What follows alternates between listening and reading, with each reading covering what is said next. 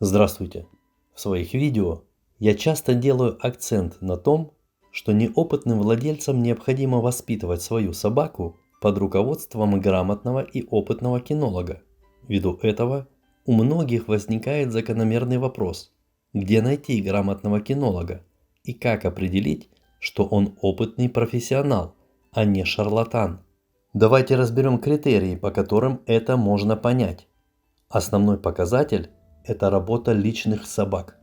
Когда профессионал объясняет свою философию, он должен молчать. За него должны говорить его собаки. Каждая методика, каждый навык или технический элемент должны подтверждаться работой личных собак.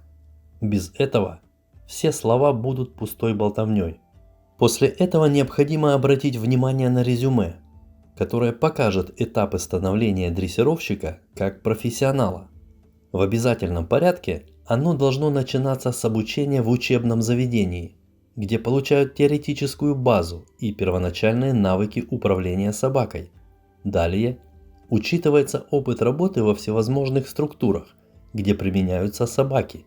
При этом каждый профессиональный дрессировщик должен иметь опыт участия со своими собаками в соревнованиях по различным нормативам, где он шлифовал свои навыки, опираясь на конкуренцию со своими коллегами. После, как правило, приходит время, когда на соревнованиях выступают его ученики. Многие кинологи становятся организаторами соревнований или принимают участие в судействе. Параллельно с этим идет постоянная практика частной дрессировки, где оценкой результата обученной собаки являются всевозможные экзамены. Кроме общего понимания в вопросах дрессуры и зоопсихологии, каждый кинолог выбирает себе то узкое направление, в котором он понимает каждый нюанс. И этот момент нужно учитывать при выборе инструктора для обучения своей собаки. Специфика профессии дрессировщика подразумевает огромную практику работы с разным типом собак. Ввиду этого, чтобы стать настоящим профессионалом, у начинающего кинолога уйдет не менее 10 лет. И это при условии, что ему повезет с грамотными наставниками. Те профессионалы, которые разрабатывают свои методики, в обязательном порядке отстаивают их состоятельность, предоставляя на суд своих коллег, таких же профессионалов. Именно в таком русле на виду у всех развивается мир цивилизованной дрессировки, где работу собак можно увидеть вживую, а не на видео, смонтированного из удачных кадров. Многие дрессировщики создают свои клубы, строят кинологические центры и площадки. Они ведут официальную деятельность, заключая юридические договора с клиентами. И это красноречиво говорит о том, что эти люди настоящие профессионалы, потому что готовы брать на себя ответственность за результаты своей работы. Безусловно, у каждой школы своя философия, свои отличительные черты в организации учебного процесса, но тем не менее все они строятся на научном фундаменте и во главу ставят построение доверительных отношений человека с собакой. Этот принцип помогает успешно применять собак в различных направлениях. Все вышесказанное указывает на светлую сторону кинологии и является ответом на вопрос, где и по каким критериям нужно искать грамотного и опытного кинолога. Но очень часто неопытные владельцы пытаются самостоятельно воспитывать собак, руководствуясь информацией социальных сетей. Но беда в том, что по причине вседозволенности на просторах интернета 90% информации – это откровенный мусор. Социальные сети создали благоприятную почву для темной стороны кинологии, и на свет повылазили различные шарлатаны. Это явление не ново, оно было и в прошлом веке, но не в таких масштабах и не с такой наглостью. Шарлатаны – это неотъемлемая часть мира дрессировки собак. Они как паразиты живут в организме цивилизованной кинологии, выдают себя за специалистов и кормятся за счет неопытных владельцев собак. Они есть в каждом городе. У них нет дрессировочных площадок и клубов. Их поле деятельности – дворы доверчивых граждан, неискушенных в вопросах кинологии. При этом от шарлатанов всегда исходит хитрый пафос. Они, как правило, глумятся над классической дрессировкой, тем самым желая возвысить себя в глазах своих клиентов. Шарлатаны делятся на две группы. Первая – это те, кто сознательно обманывают неопытных владельцев. Они руководствуются правилом «деньги любят тишину». Вы не увидите видео с их работой в социальных сетях. Они достаточно грамотные и осторожные, чтобы пойти на это. Вторая группа – это, как правило, те люди, которые в поисках учителя для своей первой собаки попали на шарлатана и воспитывали своего питомца под его руководством, и ввиду отсутствия опыта приняли за норму шарлатанские методики, а впоследствии сами стали предоставлять услуги воспитания собак по этим методикам. Это люди, у которых нет кинологического образования.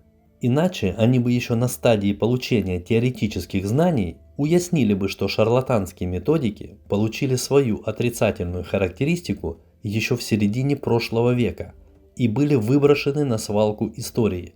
Мало того, эти горе-специалисты выкладывают видео своей работы в социальные сети, даже не понимая того, что они сами на себя публикуют компромат. Все это говорит о том, что вторая группа шарлатанов делает все без злого умысла, но от этого не легче, и те, и другие наносят непоправимый вред и собакам, и их владельцам. И вот о всех премудростях шарлатанских методик и пойдет речь в этом видео. Зная уловки этих хитрецов, вам будет несложно определить, что перед вами шарлатан. Как ни странно, но за долгие годы шарлатанские методики и то хитрое объяснение, с помощью которого их преподносят, остались на примитивном уровне середины прошлого века. Во все времена в шарлатанские сети клиенты попадались из-за собственной безответственности, лени и жадности, поэтому основным магнитом хитрецов является предложение решить все проблемы в поведении собаки за одно-два занятия. Исходя из этого, шарлатан должен показать быстрый результат, а для этого есть только один путь – применение методик подавления с причинением боли, минуя все предварительные этапы обучения. Поэтому на первом же занятии, без всяких объяснений, собаке причиняют боль всевозможными инструментами, душат ее удавкой или кидают по ней какой-либо предмет, либо истязают строгим ошейником или бьют плетью. Тут, как говорится, кто на что горазд. Но чтобы приступить к такой экзекуции, для начала нужно объяснить владельцу, почему его собаку бьют у него на глазах, а он должен воспринимать это как норму учебного процесса. И вот здесь в ход идут всевозможные уловки, вырванные из контекста научные утверждения, перекрученные нормы морали, и все это только лишь для того, чтобы запутать клиента. В качестве первого аргумента своих издевательств шарлатаны проводят аналогию подчинения собак вожаку стаи или воспитания щенков матерью, а также склоняют к тому, что собака постоянно стремится доминировать над своим хозяином, поэтому призывают владельца первым делом взять власть над своей собакой. Тему доминирования я оставлю для отдельного видео. Сейчас скажу лишь, что эти аргументы не стоят и ломаного гроша, ввиду того, что общение человека и собаки – это взаимодействие двух разных видов, один из которых во много раз выше по разуму.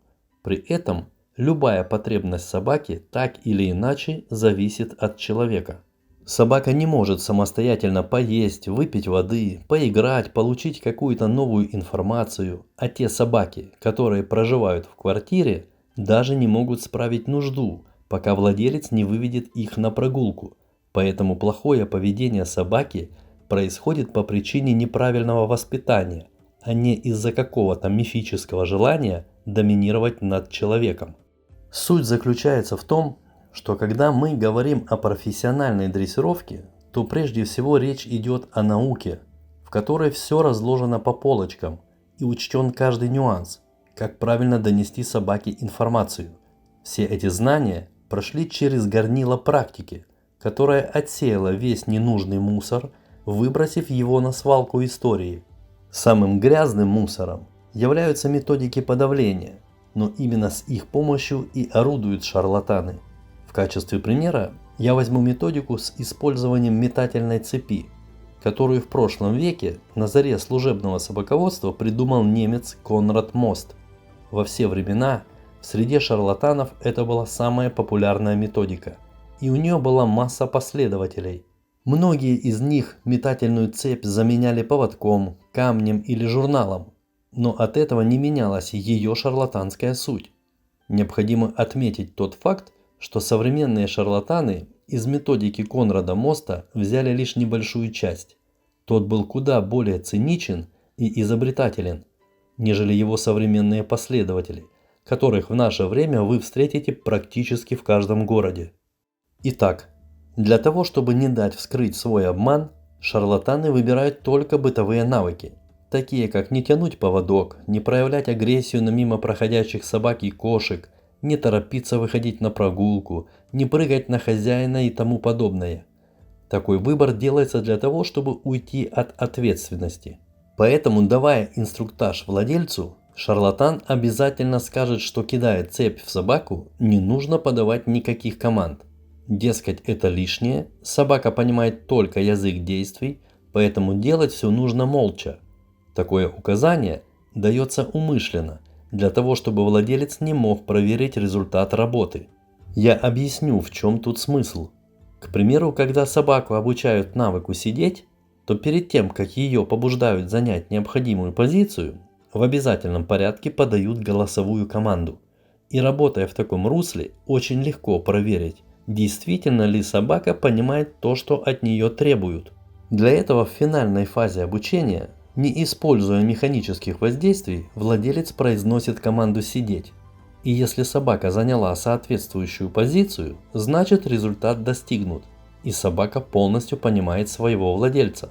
И если бы, следуя такому честному и прозрачному подходу, шарлатан привязывал бы умение собаки не тянуть поводок к голосовой команде «не тяни», то можно было бы проверить, действительно ли собака усвоила этот навык. Но в таком случае вся шарлатанская методика разобьется вдребезги, и ее несостоятельность заметит даже неопытный в кинологии человек. Необходимо понимать, что у шарлатана нет цели научить собаку каким-либо навыкам. Его задача совершенно в другом. Он работает по принципу иллюзионного жанра и в прямом смысле этого слова показывает фокусы владельцам собак. Как известно, в каждом фокусе есть свой маленький секрет. Это короткое простое действие, которое обманывает зрителя, а уже вокруг этой манипуляции создается целое представление. Оно создает иллюзию, и наивные люди испытывают восторг, воспринимая происходящее как чудо. И вот теперь давайте перейдем к тому секрету, на основе которого сделана вся эта кинологическая афера. Как и в любом фокусе, этим секретом является короткое простое действие, а именно удар металлической цепью. Задайте себе вопрос, почему шарлатаны просят сделать первый бросок максимально жестким и точным? Ответ очень простой. После удара мозг мгновенно запускает выработку кортизола и адреналина, и собака погружается в стресс. Это приведет к сильному контрасту, который произведет яркое впечатление на владельца. Буквально минуту назад собака тянула поводок и лаяла на мимо проходящих собак, а тут бац, и ее как будто подменили. И перед владельцем степенная и послушная собака. Ну как тут не подумать, что перед вами просто волшебник дрессировки. И при этом резкие перемены в поведении собаки сопровождаются сладким словесным бальзамом для владельца. Дескать, какая у вас умная собака. Она все понимает без слов, только нужно правильно объяснить. Для еще большего эффекта шарлатан берет все в свои руки. Он сам лично издевается над собакой, понимая, что от этого собака еще быстрее и глубже войдет в состояние стресса. Ведь в таком случае собаку лишают самого важного – поддержки владельца. Сам факт, что чужой человек издевается над собакой в присутствии хозяина, а тот еще и потакает этому, для собаки является катастрофой. После этого она как под гипнозом будет пребывать в подавленном состоянии все оставшееся время занятия. И вот это и есть основная цель шарлатана. При этом собакам со слабым характером даже не нужно причинять физическую боль, так как эмоциональный стресс имеют ту же природу и те же последствия. Поэтому опытный шарлатан этим умело пользуется и раздувает из этого просто волшебное представление. Шарлатану все равно, что он портит собаку. При этом в глубине души он еще и смеется над владельцем. Ведь он же сам хотел решить вопросы побыстрее и подешевле. Ну вот и получай. Помните, как в мультфильме про Скорняка, когда глупый и жадный человек получил из одной шкуры 7 шапок? И вот так и в случае с желанием решить все проблемы с собакой на одном занятии. А ведь в мире цивилизованной кинологии делается акцент на том, что воспитывать собаку должен владелец, а кинолог должен выполнять роль инструктора и объяснять пошагово, как достигается результат. Дрессировщик не должен прикасаться к собаке, чтобы не смущать ее, и уж тем более причинять ей боль. Да, безусловно, в кинологии есть практика, когда владельцы отдают свою собаку на воспитание дрессировщику, и она какое-то время проживает у него. Но в таких случаях кинолог первым делом налаживает контакт с собакой положительным подкреплением, а когда выстроены доверительные отношения, приступает к обучению. Но у шарлатанов другая задача. Им нужно изменить отношение собаки к своему владельцу. Многие из вас знакомы с понятием «зашуганная собака».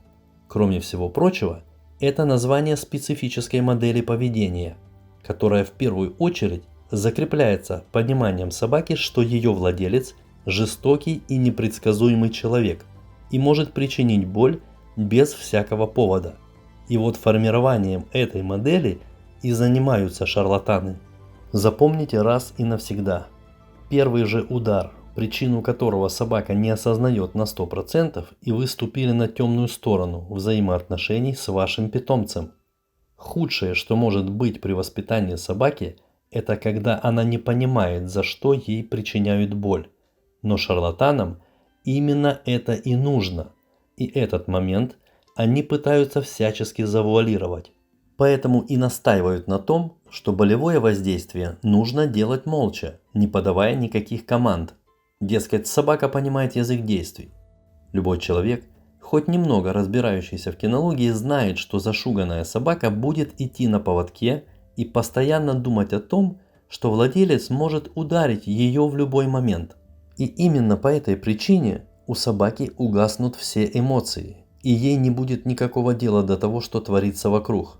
Но здесь есть одна очень тонкая хитрость. Она заключается в том, что избиение собаки не обязательно привязывать к какому-то конкретному нежелательному действию. К примеру, если собаку, которой свойственна внутривидовая агрессия, избить перед прогулкой, то, выйдя на улицу, она не будет реагировать на мимо проходящих собак, хотя их не было в тот момент, когда собаке причинили боль. Этот пример подчеркивает основное заблуждение неопытных владельцев. Многим из вас знакомо такое понятие, как антропоморфизм. Оно отображает склонность к очеловечиванию собак. Ввиду этого неопытные владельцы думают, что если они нанесли удар по собаке, когда она делает какое-то нежелательное действие, то собака поймет, что именно за это действие ей причинили боль. Но это далеко не так. Собака не понимает, что такое хорошо и что такое плохо, так, как это понимает человек. В ее понимании она не делает ничего плохого. И вот для того, чтобы собака осознала, за что именно на нее воздействует физически, нужен грамотный кинолог. При этом ни один профессионал не знает, сколько времени уйдет на то, чтобы собака усвоила учебный материал. Ну а для того, чтобы испортить собаку, не нужны никакие специалисты. Понимаете, в чем суть? Зашуганной собаке сигналом для отказа от любой активности является просто присутствие неадекватного владельца. Вопрос только в степени болевого ощущения, которое испытала собака во время издевательств, и в том, как часто ей об этом напоминают. Но шарлатанам нужен фокус.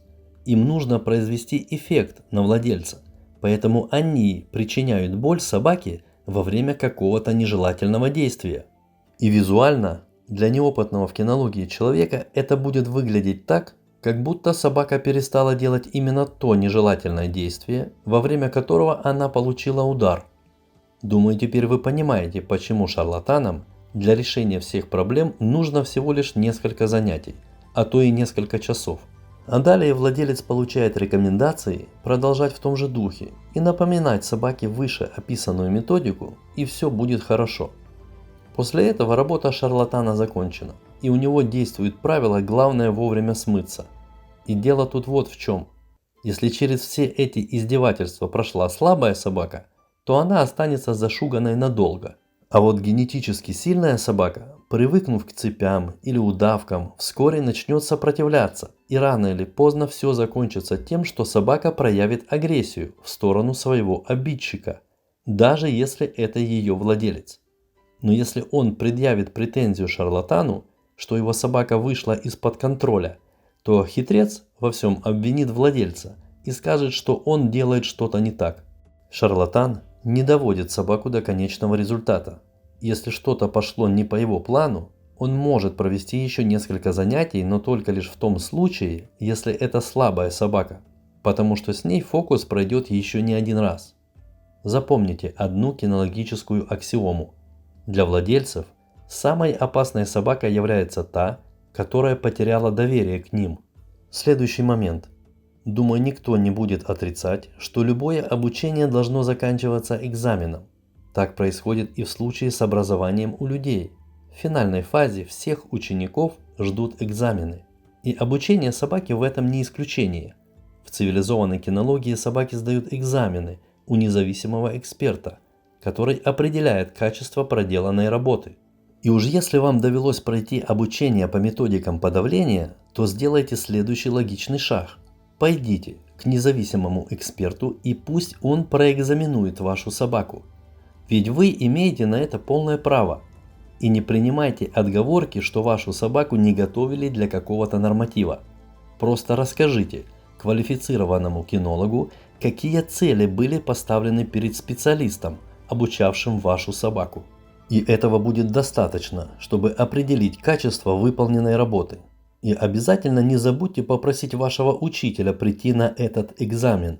Ведь это общепринятая практика в кинологии, когда дрессировщик присутствует на экзаменах обученных им собак. Уверяю вас, через 10 минут после начала экзамена с вас спадут розовые очки, и вы убедитесь в том, что вам испортили собаку. А ваш горе-учитель не придет на этот экзамен, потому что понимает, что он будет стоять перед профессионалом, как школьник, не выполнивший домашнее задание. Результат работы шарлатанов всегда выглядит ужасно. Подавленные, испуганные собаки. Этот визуальный признак они пытаются сгладить, привлекая собаку лакомством. Такой фокус понятен, ведь собака в обязательном порядке к занятиям приступает голодной. И если она проявляет интерес к лакомству, то этим шарлатаны будут бравировать. Дескать, ничего страшного, если собака немного побудет в стрессе, захочет кушать и все забудет. Но это обычная пыль в глаза. Ничего собака не забудет.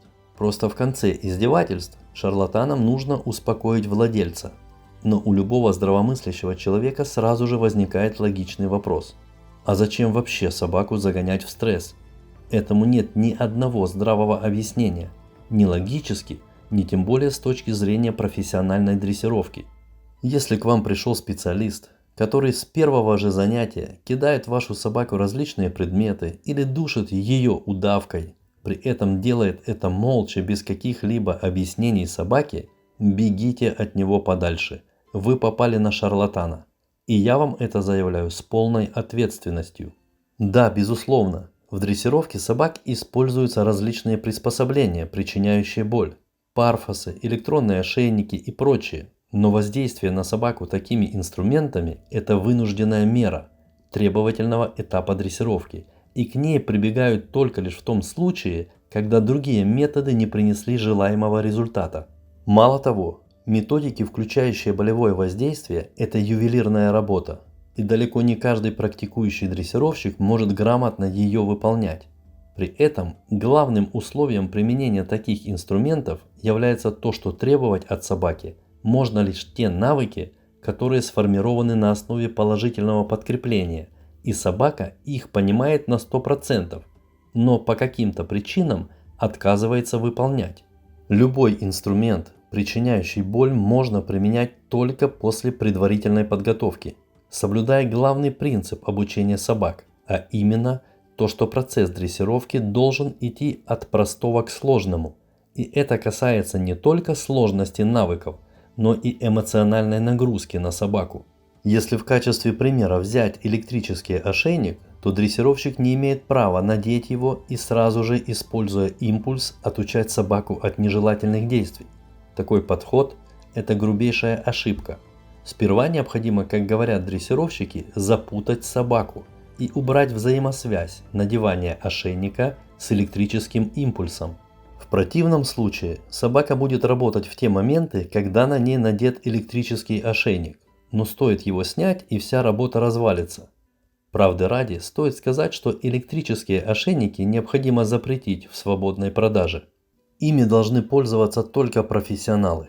Ну или как минимум для их приобретения нужно ввести прохождение специальных курсов, по истечении которых придет понимание, как объяснить собаке, что источником боли является не владелец, а сама собака, или точнее сказать, ее неправильные действия. Осознать это собака может только в том случае, когда ее приучали к болевому инструменту на слабом воздействии. Если это электрический импульс, то собаке дали привыкнуть к нему, чтобы она его не боялась. Если это рывок поводком, то и в таком случае работа начинается со слабого воздействия.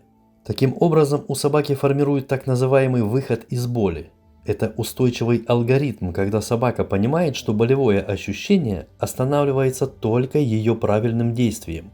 И в таком случае умеренный болевой сигнал будет подталкивать собаку к правильному решению при сильных раздражителях, а не загонять ее в стресс от неожиданного болевого воздействия.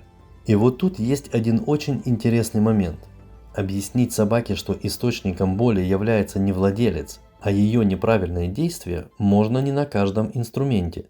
Это без проблем можно сделать, используя строгий ошейник, к примеру, приучая не тянуть поводок, дав понять собаке, что она сама причиняет себе боль, натыкаясь на шипы Парфаса. Еще проще это сделать, используя электрический ошейник. Но как вы думаете, с каким инструментом невозможно обмануть собаку? С метательной цепью. В этом случае собака понимает на 100%, что именно владелец причиняет ей боль. И именно по этой причине методику с метательной цепью выбросили на свалку истории раз и навсегда. Но по этой же причине эта методика является самой популярной в среде шарлатанов, потому что она четко формирует боязнь собаки перед своим владельцем. Вот почему в качестве основного примера шарлатанских методик я взял детище Конрада Моста. То, что касается избиений плетью, кнутом, ударов руками и ногами, а также мучительных захватов, то от них отказались даже шарлатаны. Уж более явно они указывают на то, что являются издевательством в чистом виде. Специалистам, которые халатно используют инструменты, причиняющие боль, я рекомендую поэкспериментировать. Если вы хотите использовать строгий ошейник, то перед тем, как надеть его на собаку, наденьте его на дерево, а после сделайте несколько сильных рывков. Затем посмотрите на результат. Возможно, это заставит вас задуматься. А перед использованием электрического ошейника наденьте его себе на руку, а после включите электрический импульс и постепенно увеличивайте его силу. Дойдите до максимальной отметки, а потом ответьте себе на вопрос. У вас есть желание повторить это же действие, только уже с ошейником, надетым на вашу шею? Ну и для полного понимания, натяните безобидный контроллер, надетый на вашу шею, а потом расскажите себе, что это не удавка. После всего этого вы поймете, что испытывает собака, когда вы на нее воздействуете подобным образом. Еще раз повторюсь, использование инструментов, причиняющих боль, это ювелирная работа. К ней приступают только в тех случаях, когда другие методы не дали нужный результат. Это является вынужденной мерой и последним этапом в дрессировке, и ее применение на практике крайне редко. В этом нуждаются только единицы собак. Но подавляющему количеству собак достаточно обычного ошейника и поводка.